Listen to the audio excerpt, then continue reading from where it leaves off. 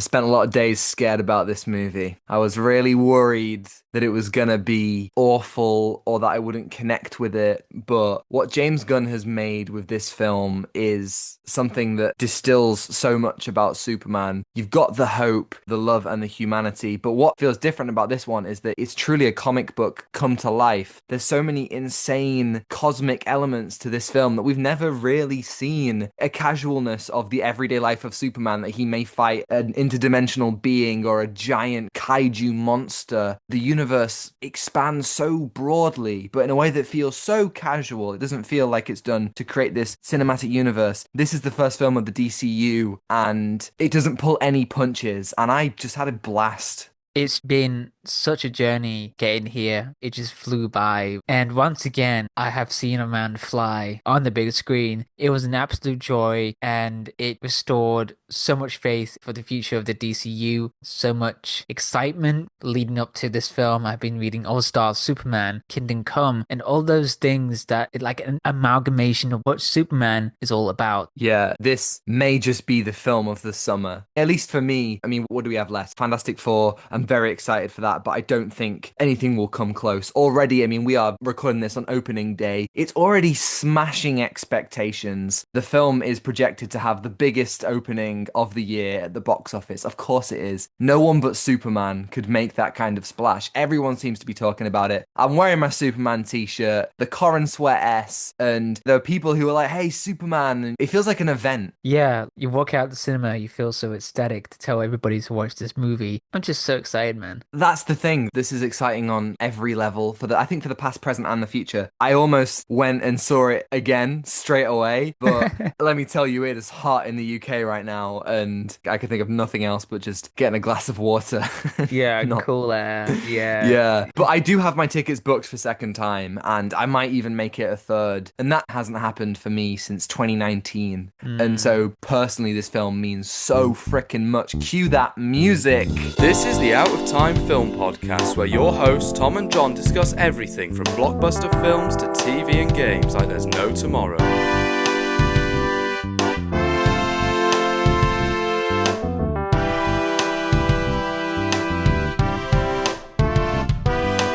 Where to even start? I think we should start with David Corenswet. Let's start from there. We saw it in IMAX today. David Corenswet is Superman. He Yeah. is Superman. He has the charm, the humanity, the humility as well with Clark Kent. Just had something so magical about it. We're bringing back the magic meter right now, guys. Oh We're my bringing back. god, we're gonna beat the Superman 78 score. Yeah, we're gonna do that. So with his performance, I couldn't think of anyone doing a better job than him. I mean, Nicholas Hoult was about was auditioning for it, but I couldn't see nobody else but David Corenswet being Superman. It just works. Everything just clicked into place when you see him just being so kind, but also just has so much strength and there's so much emotional weight as well.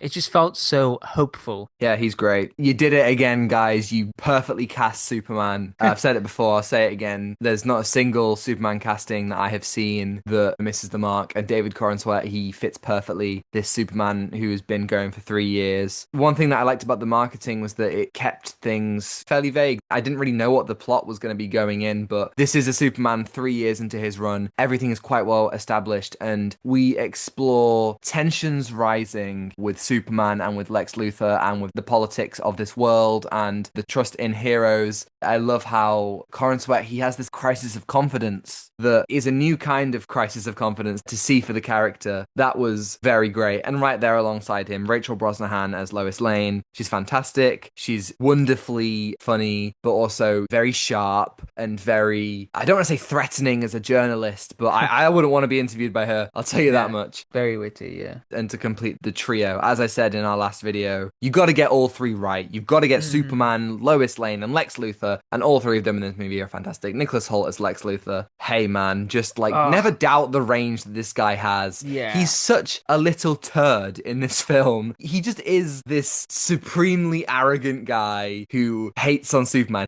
Yeah, I Yeah, love it. he's the hater of the decade right here, right now. The interesting thing about Lex in this movie is that he wanted to be this face of humanity, but obviously he couldn't. He does some terrible things in the movie. With this Lex, it was just terrifying, arrogant, and just so spoiled. And it had the right components for Lex. Again, Nicholas Holt's performance is just awesome. Everything just clicked into place. That's how I felt like. It's like, wow. Yeah, this cast will go far. We're going to see a few of them again. Literally, Peacemaker Season 2 trailer shows a few of the characters from this movie in it. And that's one thing that I love is heroes. Every cinematic universe has approached the idea of heroes the exact same way. You start with one, and then the next movie introduces more, and then more, and then more, and then more. We've never started with a status quo of just, yeah, they're here, they're around. This film just has heroes as an established part. The main ones that we get to explore are the Justice Gang, Green Lantern, Hawkgirl, Mr. Terrific, and you're basically watching perfect iterations of these characters exist. Guy Gardner, what a perfect douchebag. And Hawkgirl is so nonplussed by so many things, and then when she's in action, she is vicious. And then the thing that I didn't expect, now I have seen Mr. Terrific in Arrow, he's fun, but I didn't think much of him.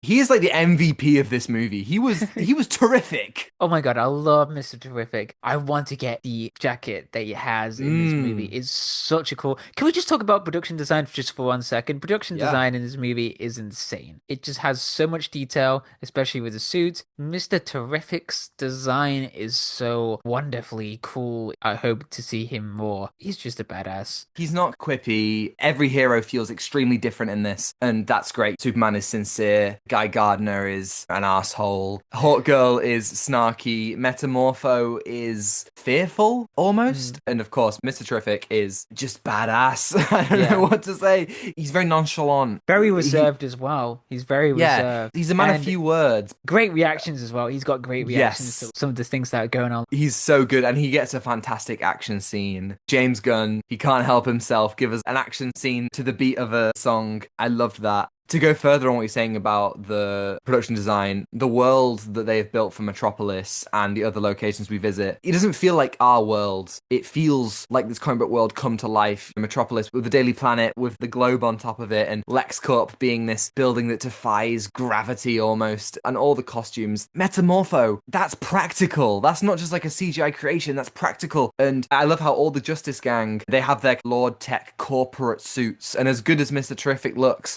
all three of them have this assimilated uniform, this idea that they're kind of selling out, which contrasts perfectly with Superman's bright colours, and I think that's just brilliant to explore that, and to that be the status quo that we introduce. And this film is shot by the same person who shot Guardians 2 and 3 and The Suicide Squad, so films that all look amazing, but also shot The Flash, which is a film not without moments of brilliance in the cinematography, but isn't a film that looks great, and I was very worried about how this film would look, but it actually looks incredible. There are some scenes with CGI that doesn't look amazing. It's moments here and there rather than full scenes, but mostly it looks flawless. Yeah, I think so. It's very forgivable. Great action set pieces. It's just so cool to have something that is high octane, fast paced. You get to see so much of the action, which I was very happy with the editing as well, because you can see what's going on. And I think the cinematography actually helped with that, to actually see more of the fight sequences, because how do you reinvent Superman flying? They use a lot of close-up, a lot of wide shots to actually go a bit closer to Superman, which I found very intriguing, and it just felt very immersive. There's a moment when they hold on this close-up of Superman, and all we see is the clouds in his face and the rain on his face and the sun on his face as he goes in incredible speeds. We're not actually seeing the landscape, we're just seeing his emotions as he's trying to get somewhere, as he experiences 1,000 different climates within the span of a few seconds.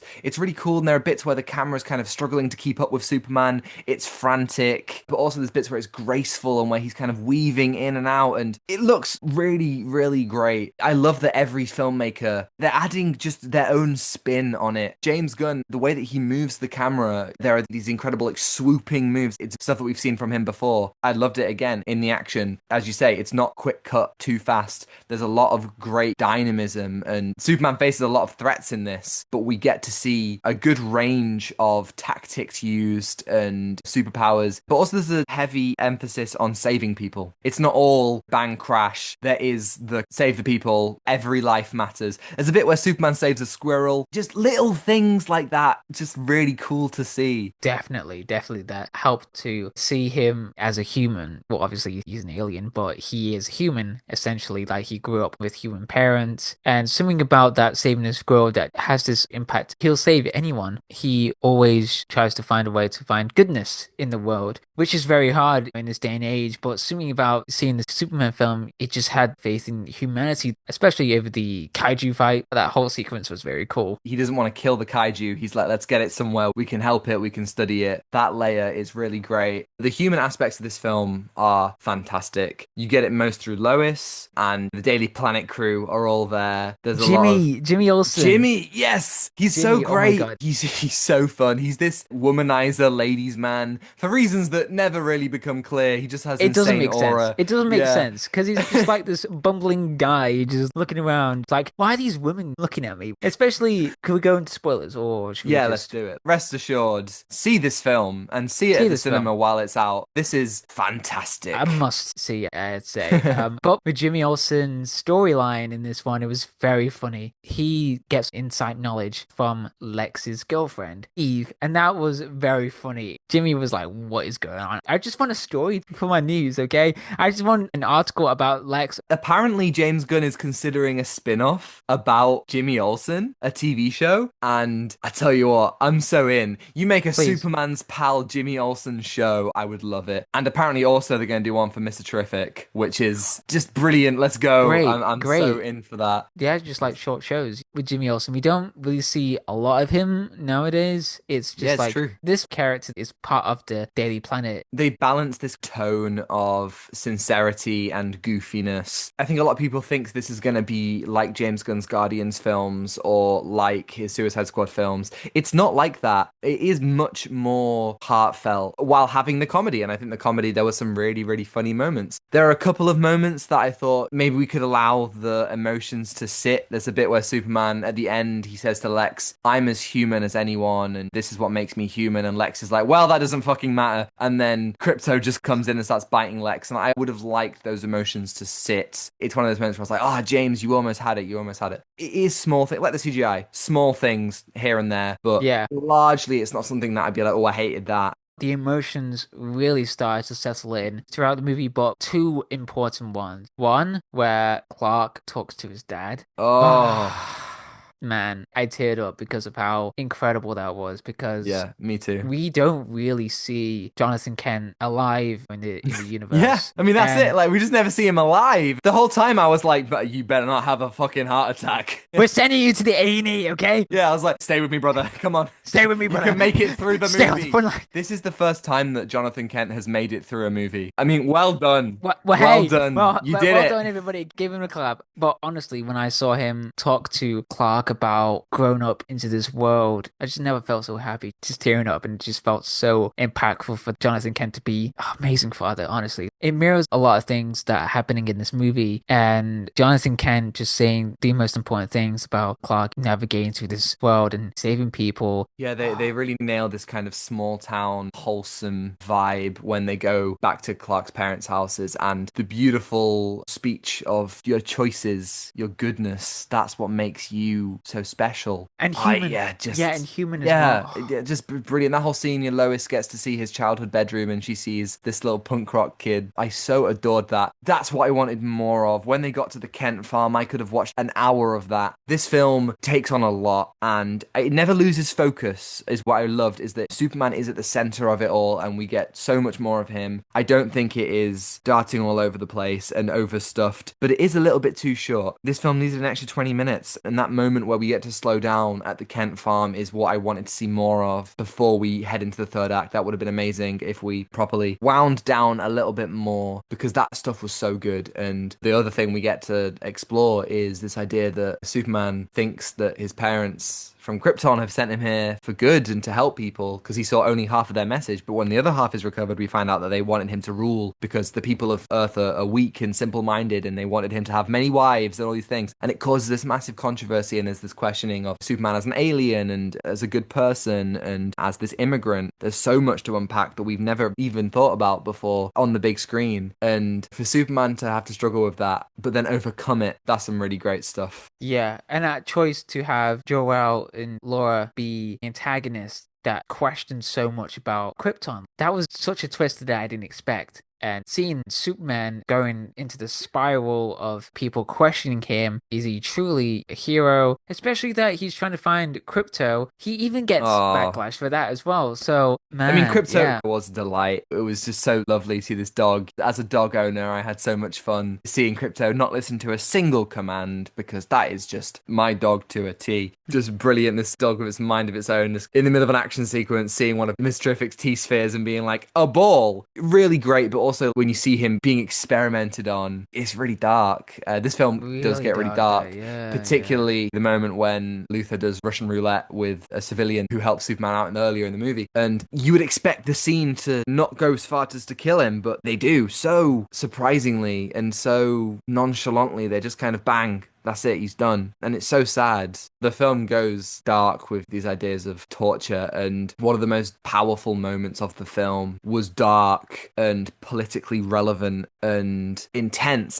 The film is set off because Superman intervenes in a conflict between Baravia and Jaunpur. We don't see that. I don't think we need to see that. We get the aftermath of it. I think people who are complaining that we never get to see that is a bit weird. It's like complaining about the beginning of Star Wars because you don't get to see how the plans were stolen or why they're being chased immediately. I feel like we get to know about that. You see the aftermath of the heist in Reservoir Dogs. I don't agree with that criticism at all. We get what we need to know, and Yeah. it builds. And this conflict becomes this kind of central piece as it escalates. And my God, is it so very on the pulse with things that are happening right now. It is this direct parallel to Israel and Palestine. It's something that I never expected, but I thought was so powerful, and I was so moved by it. This idea that it's all being funded by Lex Luthor, by the American who's pouring all weaponry into the murder of civilians, and we literally see these armies with their tanks and their guns going up against these poor people who just want to stay where they live. And there's a moment, so we get the scene with Jonathan Kent, which is already a tearjerker,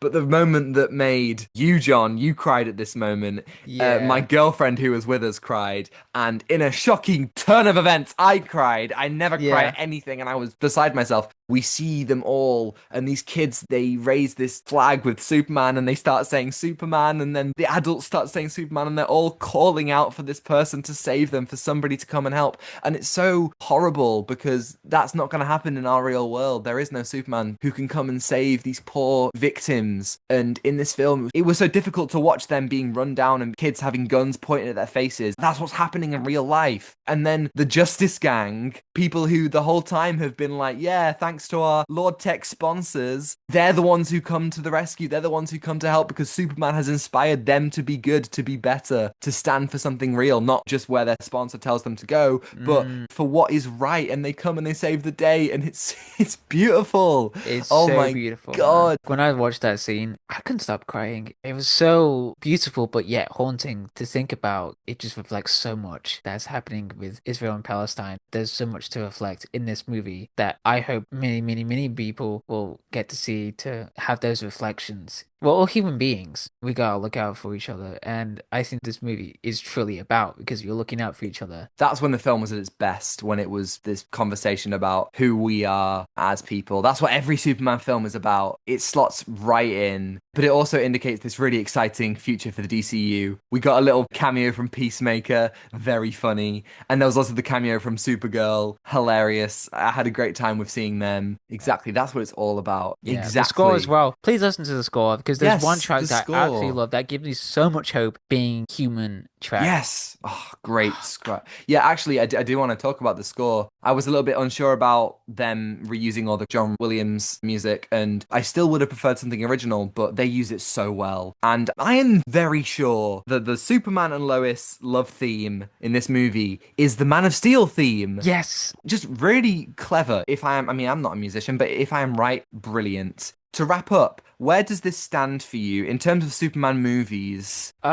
It's second for me, because the Okay. first one is Christopher Reeve, first Of Superman. That's the course. one thing for me, is for that. Yeah. Nice. Yeah. I think second or third. I think I might prefer Man of Steel, but who knows? as of right now, many rewatches to come. What are you going to give this film out of 10? I'm going to give it a 9 out of 10. Yeah, me too. This meant a lot. This really did mean This- so much. And that's it. We did it. Superman. Just hats off to everyone. Thank you everybody for listening. If you're listening on YouTube and you liked it, you can like and subscribe if you want to see more. And if you're listening on Spotify or Apple, you can follow and give us a 5-star review if you think we're worthy. And next week we're going to be doing Jurassic World Rebirth, another summer blockbuster. Ooh. Is it going to be good? Is it good? Yeah, we'll see. We'll talk about it next week. And you can follow us on Instagram at Out of Time Film Pod to see our incredible thumbnails from Zain Afzal, on Twitter for more thoughts from Tom and me, and TikTok to see edited clips, which are all also on Instagram Reels and YouTube Shorts. And you can find links to that all in the description below. Thanks to Jones-Meyer for the excellent theme and Ronan Phillips for vocals as always. And I think that's everything. Take what you're given. Give nothing back. Goodbye. Goodbye.